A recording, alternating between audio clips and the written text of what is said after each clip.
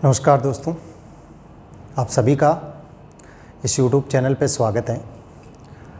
आज हम लोग एक नया चैप्टर प्रारंभ करने जा रहे हैं। आज हम लोग क्लास 12 बायोलॉजी के अंदर एक नया चैप्टर अध्याय 31वां प्रारंभ करने जा रहे हैं। अध्याय 31वां क्लास 12 बायोलॉजी में 31वां चैप्टर है वो हम प्रारंभ करने जा रहे हैं, जिसका नाम है मानव में युग्मक जनन। मानव में युग्मक जनन। देखो, आप लोगों को मैं बता देता हूँ कि क्लास 12 बायोलॉजी के अंदर मैंने अभी तक चैप्टर नंबर 1, 2, 3, 4 और उसके पश्चात 21, 22, 23, 24, 25, 26 और 27 तक चैप्टर है वो मैंने कंप्लीट इस चैनल के माध्यम से करवा दिए हैं। अब मैंने 28, 29 और 30 ये 3 चैप्टर मैंने छोड़े हैं बीच में। अब उसका कारण क्या है, ये मैंने बीच में क्यों छोड़े हैं आप लोगों को पहले ही बता देता हूँ, क्योंकि आगे हो सकता है आप लोग मैसेज करो कि ये कैसे छोड़े। तो ये चैप्टर मैंने इसलिए छोड़े हैं क्योंकि आप लोगों को भी पता है कि अभी ऑफलाइन क्लासें बंद है। ठीक है, कब खुलेगी कोई निश्चित नहीं है। तो जब भी स्कूल खुलेगी तो बोर्ड क्या करेगा कि कुछ चैप्टर है वो कम करेगा। कुछ चैप्टर कम क्यों करेगा? क्योंकि जुलाई में जो स्कूलें खुलनी थी, सितंबर आ चुका, अभी तक नहीं खुली। तो जो ये समय निकल गया है, तो इस समय की भरपाई के लिए कि स्टूडेंट पे ज़्यादा भार ना पड़े, इसलिए बोर्ड क्या करेगा, सिलेबस है वो थोड़ा कम करेगा। सिलेबस कम किस प्रकार से करेगा मैं आप लोगों को पहले ही बता देता हूँ कि अभी तक कोई सूचना नहीं है कि कितना कम किया है या कितना होगा, लेकिन सिलेबस कम होगा तो आपके 42 चैप्टर हैं, उनमें से कुछ चैप्टर है वो काट दिए जाएंगे। ठीक है, मैं इस चैनल के माध्यम से आप लोगों को वही चैप्टर करवा रहा हूं जिन चैप्टरों के कटने के चांस नहीं है बिल्कुल भी, मतलब वो चैप्टर 100% रहने वाले हैं। तो इसी प्रकार के चैप्टर मैं आपको करवा रहा हूं।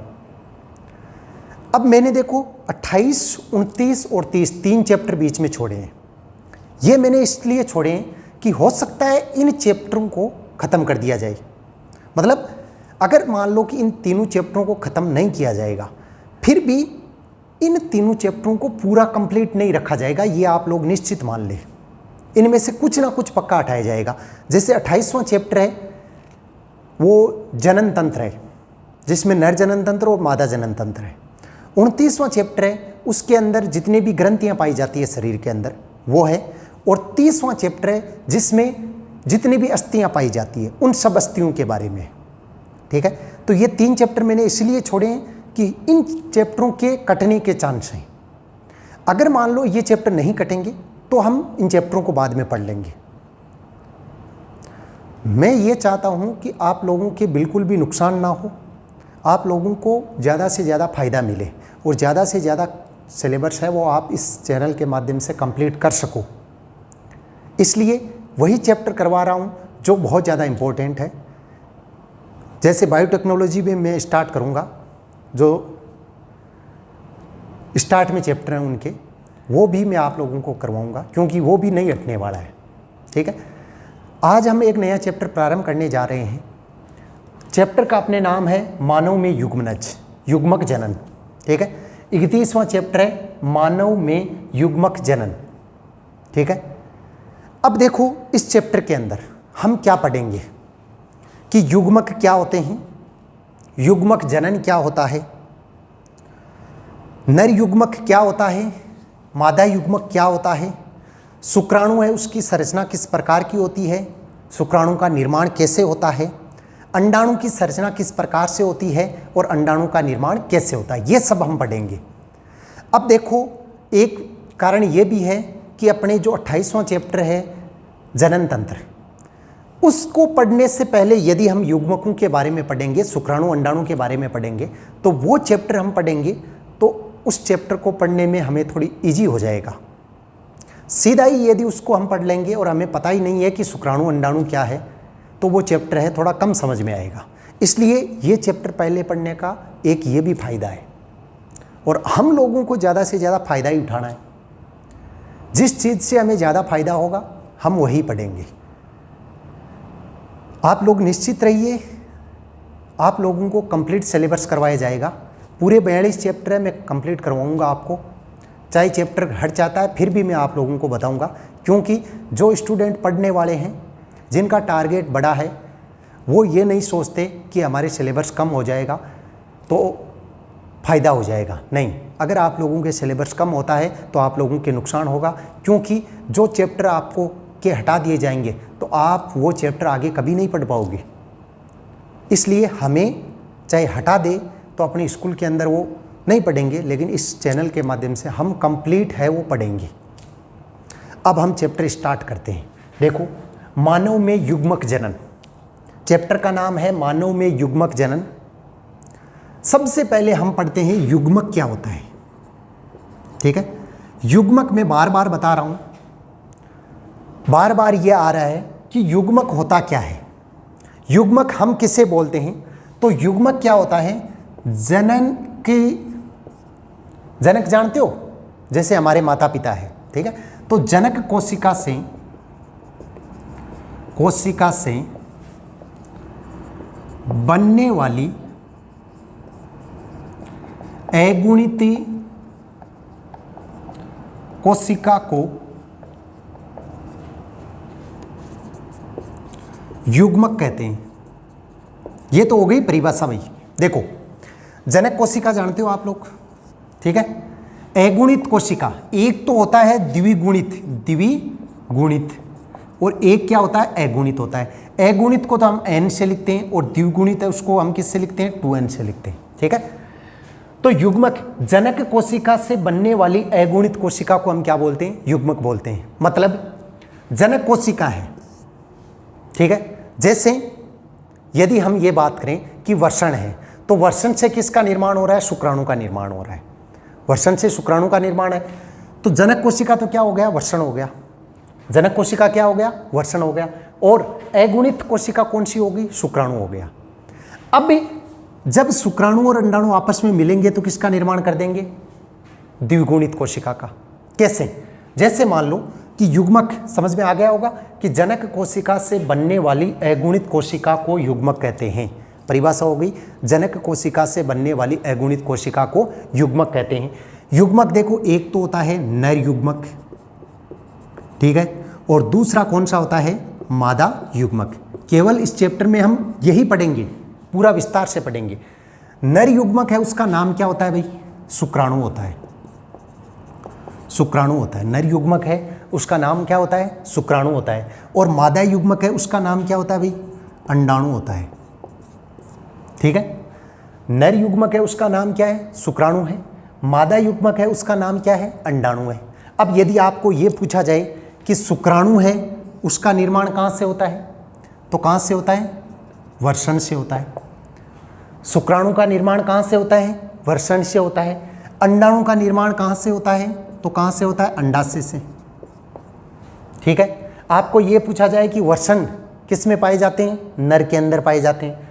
अंडाशय है वो किसके अंदर पाए जाते हैं? मादा के अंदर पाए जाते हैं, ठीक है। वर्षण है वो किसके अंदर पाए जाते हैं? नर के अंदर पाए जाते हैं। अंडाशय है वो किसके अंदर पाए जाते हैं? मादा में पाए जाते हैं। वर्षण से किसका निर्माण होता है? शुक्राणु का निर्माण होता है। अंडाशय से किसका निर्माण होता है? अंडाणु का निर्माण होता है, ठीक है। वर्षण से किसका निर्माण होता है? शुक्राणु का निर्माण होता है। अंडाशय से किसका निर्माण होता है? अंडाणु का निर्माण होता है। अब जब ये वर्षण और अंडाशय, ये दोनों क्या है? अगुणित कोशिकाएं, ठीक है।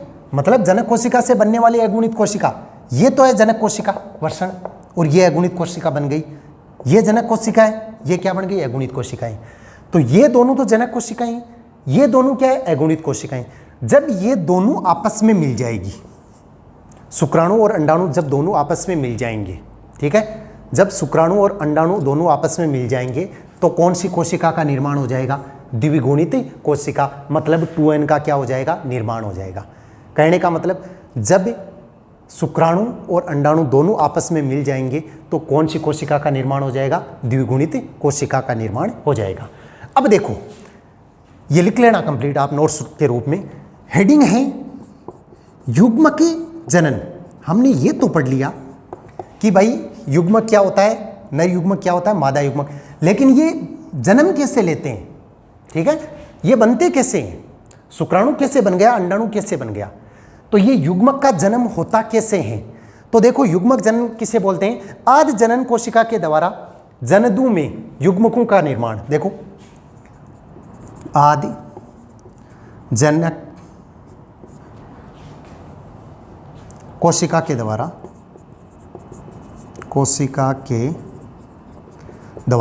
देखो, आदि जनन कोशिका के द्वारा जनदु में युग्मकों का निर्माण। जनदु में युग्मकों का निर्माण युग्मक जनन कहलाता है।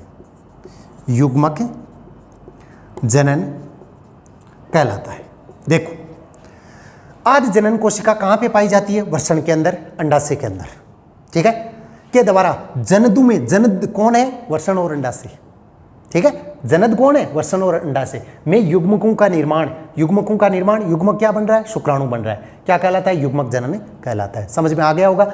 युग्मक जनन किसको बोलते हैं? आदि जनन कोशिका के द्वारा।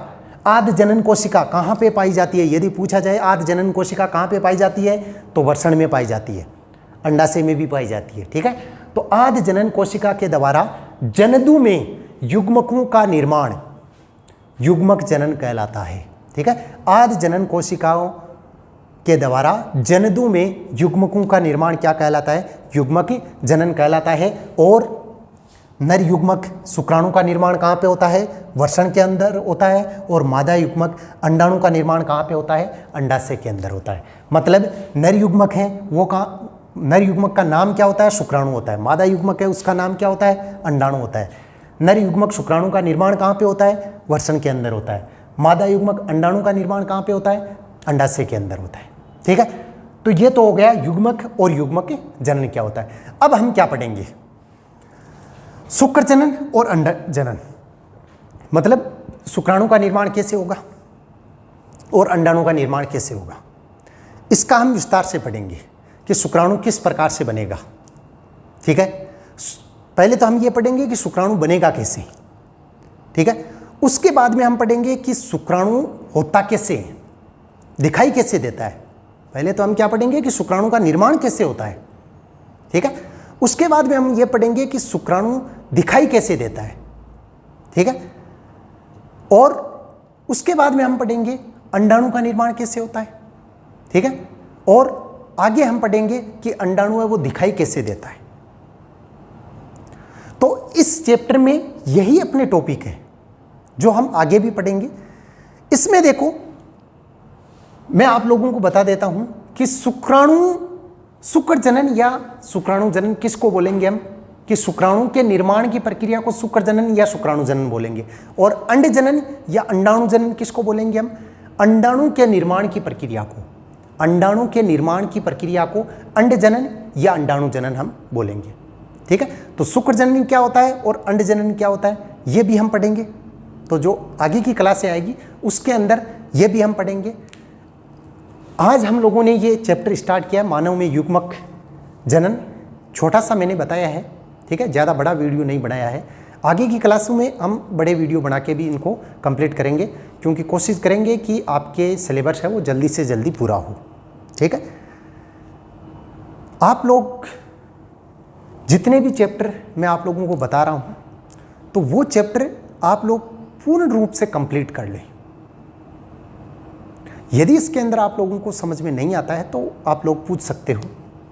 और जितने भी चैप्टर हैं उनके टेस्ट पेपर हो रहे हैं, तो आप लोग भी उन टेस्ट पेपर में शामिल हो। जो भी प्रश्न है मैं बता रहा हूँ उन प्रश्नों को आप अच्छी तरह से पढ़ें और अच्छी तरह से उन प्रश्नों को तैयार करें, जिससे आप वार्षिक परीक्षा का एग्ज़ाम दोगे उसमें आप लोगों को बहुत ज़्यादा फायदा मिलेगा इसका। तो आज की क्लास इतनी ही होगी। नेक्स्ट आगे की क्लास के अंदर मिलते हैं। धन्यवाद।